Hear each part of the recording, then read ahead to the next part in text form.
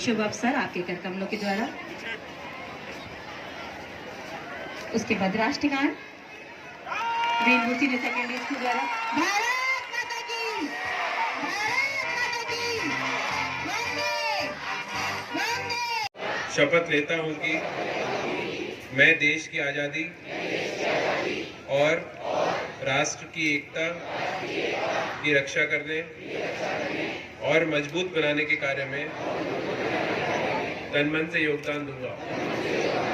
मैं यह भी प्रतिज्ञा करता हूं कि मैं कभी हिंसा का प्रयोग नहीं करूंगा और मेरा विश्वास है कि धर्म, भाषा, प्रांत संबंधी तथा अन्य सभी राजनीतिक और आर्थिक विवाद को शांतिपूर्वक और संवैधानिक उपायों द्वारा हल किया जाना चाहिए। जय हिंद। जय हिंद।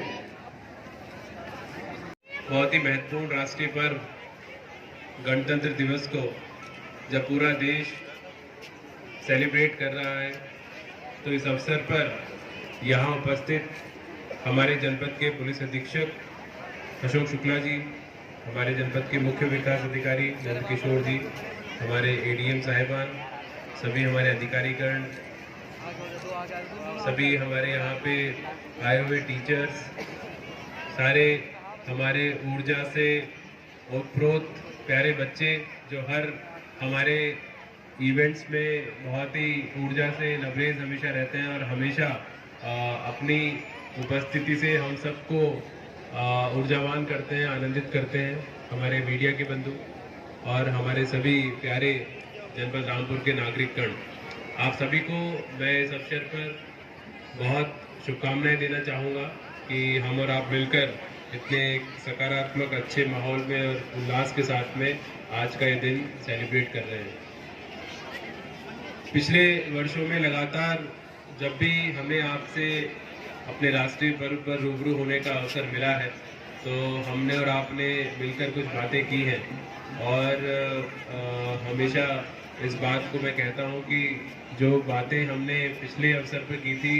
उनमें कुछ लक्ष्य हमने बनाए थे, तो उनमें से कितने हमने प्राप्त किए और कितने छूट गए। जो छूट गए तो उनको हम लोग अब प्राप्त करेंगे कि नहीं करेंगे, तो उन सब पे चर्चा करने का, उन सब पे मनन करने का ये एक दिवस है। मुझे बहुत खुशी है कि जो मैंने देखा है इस जनपद में, अलग अलग अवसरों पे हम कहते भी हैं कि जितना उत्साह, उमंग किसी भी सामाजिक कार्यक्रम को लेकर, राष्ट्रीय कार्यक्रम को लेकर, और हम और भी किसी सामाजिक कार्य में जनपद रामपुर के लोगों से जब भी आह्वान करते हैं, तो हर वर्ग निकलता है और पूरी तरह उस मुहिम में शिद्दत से जुड़ जाता है। तो अपने आप में ये इस जनपद की विशेषता है। चाहे हमने पिछले दिनों हर घर तिरंगा के कार्यक्रम किए हों, उसमें भी हमने देखा कि ऐसा लगा कि पूरा रामपुर उस पूरे कार्यक्रम में पूरी तरह से ढल गया। हर घर पे तिरंगा झंडा लगा, हर बच्चा बच्चा उस कार्यक्रम में शामिल हुआ और एक बहुत सुंदर कार्यक्रम हमने यहाँ पे गांधी समाधि पर भी तब आयोजित किया था और आप सब लोगों ने उस पर प्रतिभाग किया था। साथियों, हम सभी जानते हैं कि राष्ट्रीय पर्व मनाने का उद्देश्य जहाँ एक तरफ जो हमारे राष्ट्र निर्माता हैं उन सभी को श्रद्धांजलि देने का, उन सभी का आदरपूर्वक उनको याद करने का दिवस है, वहीं दूसरी तरफ उन्होंने जो स्वप्न इस देश के लिए देखा था उस स्वप्न को हम लोग कितना पूरा कर पाए और कितना अधूरा वो रह गया जिसको हमें पूरा करना है, जो हमारी जिम्मेदारी है, तो उस पर हम लोग कितना खरा उतर पा रहे हैं और क्या हम उस विषय में सोच रहे हैं नहीं सोच रहे हैं, उन सभी को सोचने का एक दिवस है। मैं हमेशा इस बात को कहता हूं कि छात्रों को इतिहास से बहुत सबक लेनी चाहिए, इतिहास को पढ़ना चाहिए,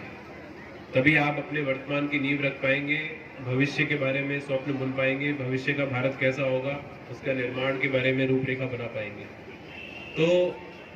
नागरिक के रूप में, चूंकि जो गणतंत्र दिवस है उसे नागरिक दिवस भी कहा जाता है और ये कहा जाता है कि नागरिक के रूप में हमारे क्या कर्तव्य होने चाहिए उसके बारे में इस पर चर्चा होनी चाहिए। तो जैसा अभी मैं अपने पिछले संबोधन में भी मैंने कहा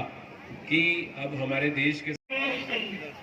अपने ज्ञान कुर्बान कर हम श्रद्धा सुमन अर्पित करते हैं जनपद के और पुनः इस बात का स्मरण दिलाते हैं कि है जो जब देश आजाद हुआ था तब सबसे पहले अखंडता और एकता के लिए तत्पर है। नेपाल बॉर्डर पर भारत चीन युद्ध में आपने वीर गति को प्राप्त हुए। बरखेड़ा जनपद शाहबाद सन 1962 भारत चीन युद्ध में ऐसा नहीं हो सकता। कर्नल खान एक ऐसे व्यक्ति रहे भारतीय सेना में जिन्होंने अपने परिवारवाद से ऊपर उठ के, धर्म से ऊपर उठ के देश के लिए, अपनी सरजमी के लिए, अपनी जन्मभूमि के लिए अपने प्राण न्यौछावर कर दिए। उस समय भी जब उनका पूरा परिवार देश के बंटवारे के समय पाकिस्तान चला गया था, उन्होंने अपने देश में रहना, अपने देश की जन्मभूमि पर इस भारत में रहना स्वीकार किया और एक ऐसा